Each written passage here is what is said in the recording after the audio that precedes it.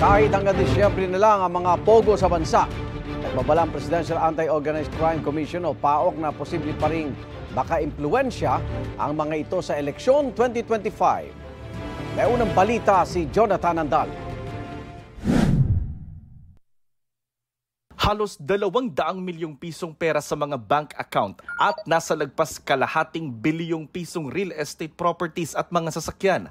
Ang mga ari-ariang ito ni dismissed Mayor Alice Go pina-freeze ng Court of Appeals hanggang sa Enero 2025. Gayunman, nakapag-withdraw na raw ng malaking halaga si Go bago pa na-freeze ang kanyang bank accounts, ayon sa kongresistang nag-sponsor sa budget ng AMLAC o Anti-Money Laundering Council.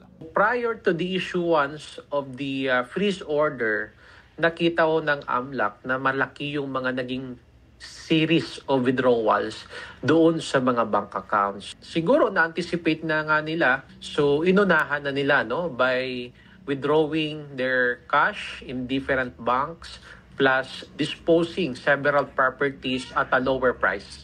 Sabi ng COMELEC, tatanggapin nila ang paghahain ng kandidatura ni Go, pero papayagan pa rin nga ba siyang tumakbo, lalo't ang parusa sa kanya ng ombudsman habang buhay na siyang bawal maglingkod muli sa gobyerno. Kapag ang isang tao ay perpetually disqualified to hold public office dahil may desisyon ang Office of the Ombudsman, siya po ay aming ika-cancel ang candidacy.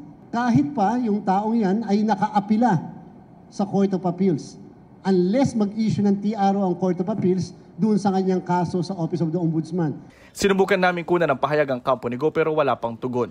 Hanggang Disyembre na lang ang mga pogo sa bansa, kaya nagulat ang PAOK na may lisensyadong pogo na nag-hire pa rin ng empleyado, gaya ng pinakahuli nilang ni-raid na Pogo Hub sa Pasay na sangkot umano sa love scam. Nung na-raid natin ito, meron tayong nakuha na mga bagong pasok lang. So meaning to say they have no intention of leaving.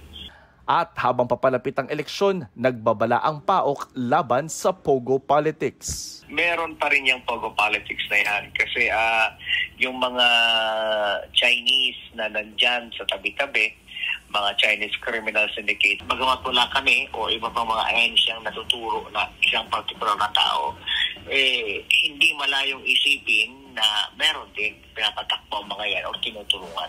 Itong unang balita, Jonathan Andal para sa GMA Integrated News. Igan, mauna ka sa mga balita. Mag-subscribe sa GMA Integrated News sa YouTube. Sa mga kapuso abroad, subaybayan nyo kami sa GMA Pinoy TV at sa www.gmanews.tv.